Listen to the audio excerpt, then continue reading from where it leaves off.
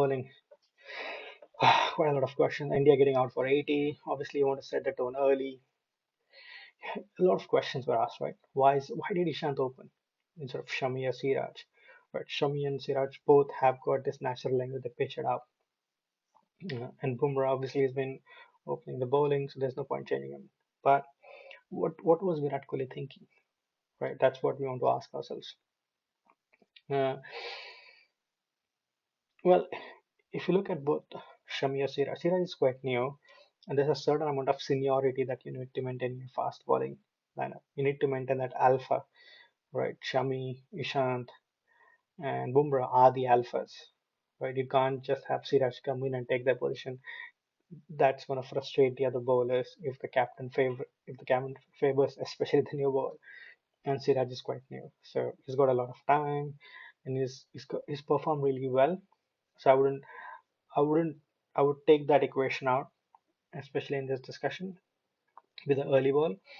Shami, he's got an issue with the new ball, right? He's because he tries to swing it both ways, or he tries to seam it both ways. He leaks a lot of runs because when you're bowling with a new ball, you need to bowl to one side of the wicket, right?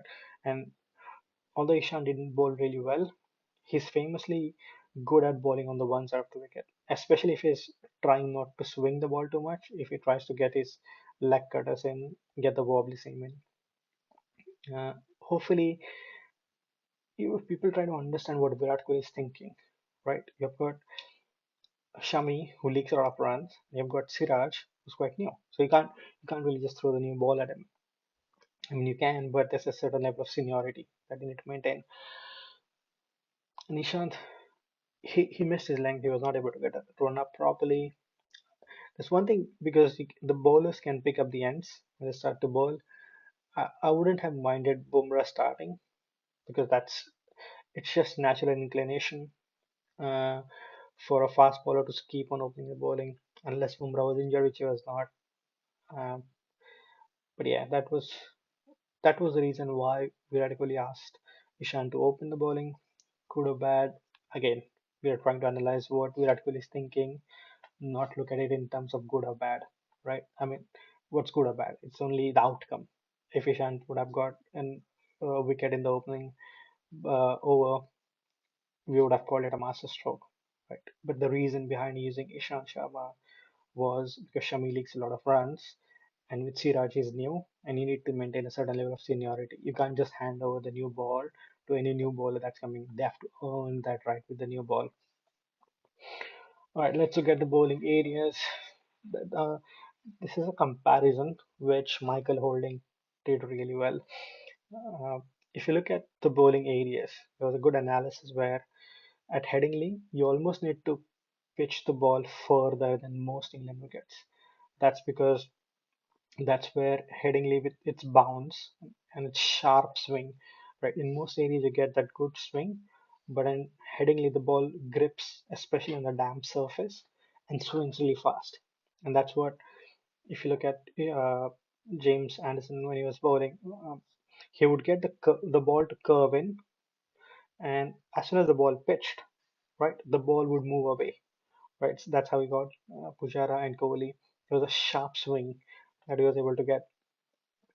So you just need to pitch slightly, which India's bowlers didn't do. Right? They bowl a lot of short balls, and that's understandable because they are not natural swing bowlers. They're seam bowlers.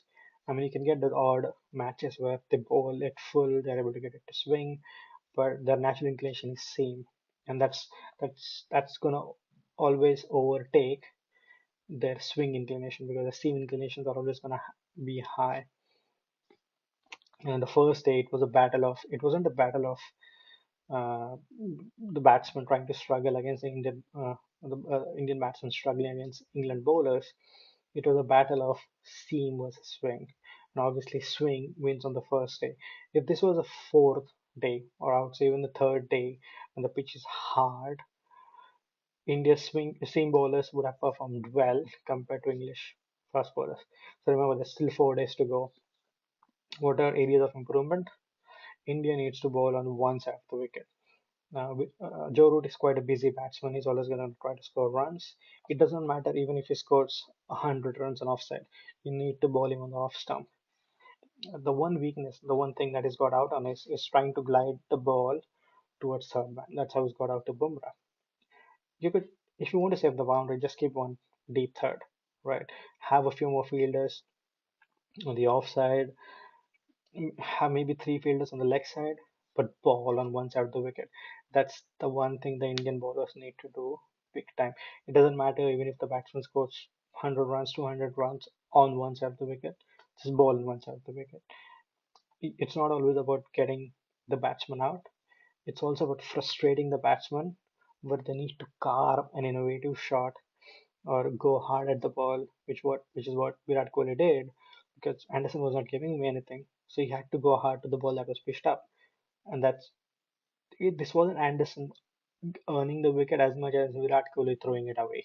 Right? It's the first 10, 15 overs, especially on the first day, the ball's new, and Anderson was always going to get the best of any batsman in those scenarios. So it's important in those situations to be patient. Rohit Sharma did that really well. He played 100 balls, quite commendable when everyone was collapsing around him. But the English bowlers were bowling on one side of the wicket. That's what Indian bowlers need to do. They don't. I think they've got too many options, especially Bumrah's bowling doing that really well. But Ishant Sharma, he tries to get it with his leg cutters, try to keep it straight. With his slightly um, seam position, which points towards the middle stump or the leg stump, or even the leg slip in certain in cases. He tries to get the ball to curve in, and that's where he goes down the leg side, leaks a lot of runs. And with Shami as well, I think he's a bit up and about where he tries to do too much. He just needs to do one thing. If you're bowling outswingers, just bowl outswingers.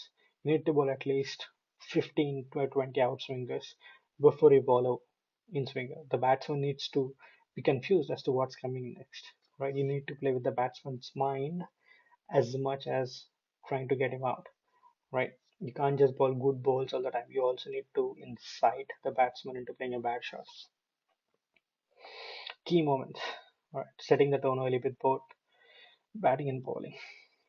Uh, so we did criticize KL Rahul for playing a bad shot or a rash shot in the first over. But imagine the shot would have gone to the boundary. Remember, KL Rahul is in the form of his life. He scored a good amount of runs for India in the past two tests. He's coming back and he wants to make a good mark. He wants to assert his position at the top order. He gets a ball that's pitched up. He's confident and he goes for it, right? And that just kicks off a cascading effect. But if that would have gone for a boundary, right? I mean, it's a small margin. If that would have gone for a boundary, suddenly you look at England bowlers who are under pressure, right? They they let lose the opportunity to win in the Lord's Test. And now if they're going to do it again, especially leak a lot of runs in the early few overs, that's going to put them on the back foot. So it's a matter of the outcome.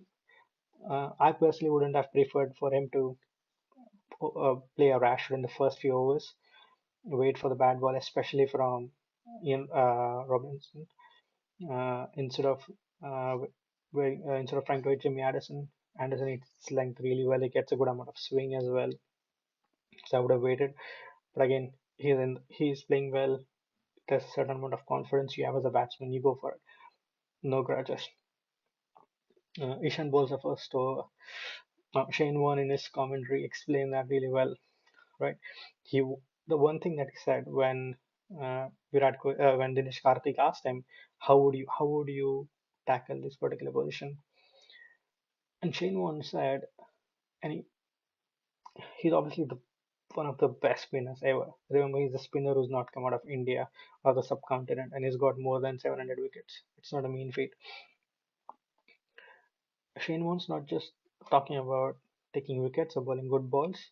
He also wants to assert, and Shane Warne's the best bowler who could assert himself along the lines of McGrath. The one thing that he said was India did not set the tone early with their bowling. They tried to set it with their batting, but that didn't work out. But with the bowling, Ishan bowling the first over, probably not the best decision in hindsight. But the reasoning for Ishan bowling, even if it's first change, even if it's the first or the second over, we understand why Virat Kohli did that, right? Sometimes it's gonna work, sometimes it's not. There's something interesting I want to point out, which Shane one analyzed, right? Jadeja missing the trick with rough outside off.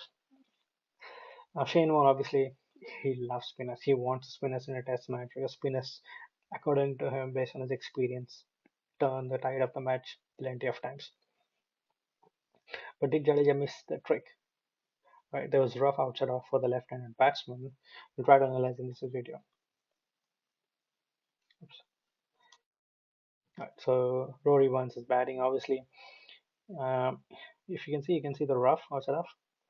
Jadeja bowls it short, and Shane Warne in the commentary is slightly angry, not completely pissed. He's almost egging Jadeja to bowl the ball slightly up and in that rough area. He wants Jadeja to get the maximum out of the pitch. If you look at Jadeja, he comes in, bowls, and you can see the ball spinning through. Right, the ball lands in the rough, and the first thing that the ball does, it spins, it bounces, and then it goes between the batsman and the wicket keeper, missing the stumps by a small margin. Uh, but that's what Shane Warne wanted Jadeja to do. We hope that Jadeja plays an active role in the upcoming match, considering that the right arm bowlers, as they bowl, they're going to create rough marks, and with England's top order containing, England's batting lineup containing four left-handers, he would certainly come into play. Maybe not on the first or the second day, but certainly on the third or the fourth day, if the match goes far. I hope it goes that far. All right. What to look for on day two? India needs to set the tone early with two wickets. Quite tricky to do that. They have not been pitching the ball up, but they just need to trust themselves. Don't be afraid to pitch the ball up. Siraj and Ishant, they have been the best fast bowlers against the left-handed batsmen. So you want to use them smartly. Use them against the left-handed batsman. Although Shami can get the ball to move in and move out, but again, I would stick to something that's worked. Siraj and Ishant with their balls going out, uh, sort of like outswinging with Siraj uses his off cutters. They can certainly create an impact. You want Bumrah and Shami exposed early to Root and Bairstow. There's a reason. Bumrah, especially to Root, doesn't leak a lot of runs, so Root has to manufacture shots against him. Whereas Shami, although he leaks a lot of runs, if he's consistently bowling to one side of the wicket, he can make a massive impact. And Bairstow has got LBW out. He's got out LBW quite a few times, so I would stick to that. I wouldn't change that. I would ask Bumrah and Shami to bowl straight on the stumps to him. And perhaps the Kshatriya moment of the day for me.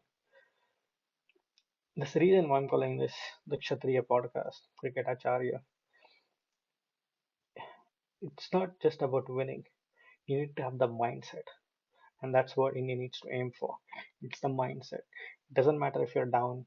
It doesn't matter if the opposition's got the best of you. Even if you lose the match, it doesn't matter. It's an attitude that you need to carry. And this moment which Shiraj did, ah, absolutely beautiful. And that's rule number one. A Kshatriya always responds to challenge. There he goes. He points to the spectators. One for me, nil for you. Always respond to the challenge. That's me. It's a pleasure talking to you. Hopefully, I'll create some more content. Let me know how it goes. Let me know if you agree, disagree with some of the views. I stick by my captain. I stick by his views. Obviously, he's played a lot more cricket than me, scored more runs than me. So I want to approach this with the fact that, or at least with the premise that Virat Kohli knows a lot about cricket. So I want to understand how he thinks rather than criticize him for how he thinks. Thank you.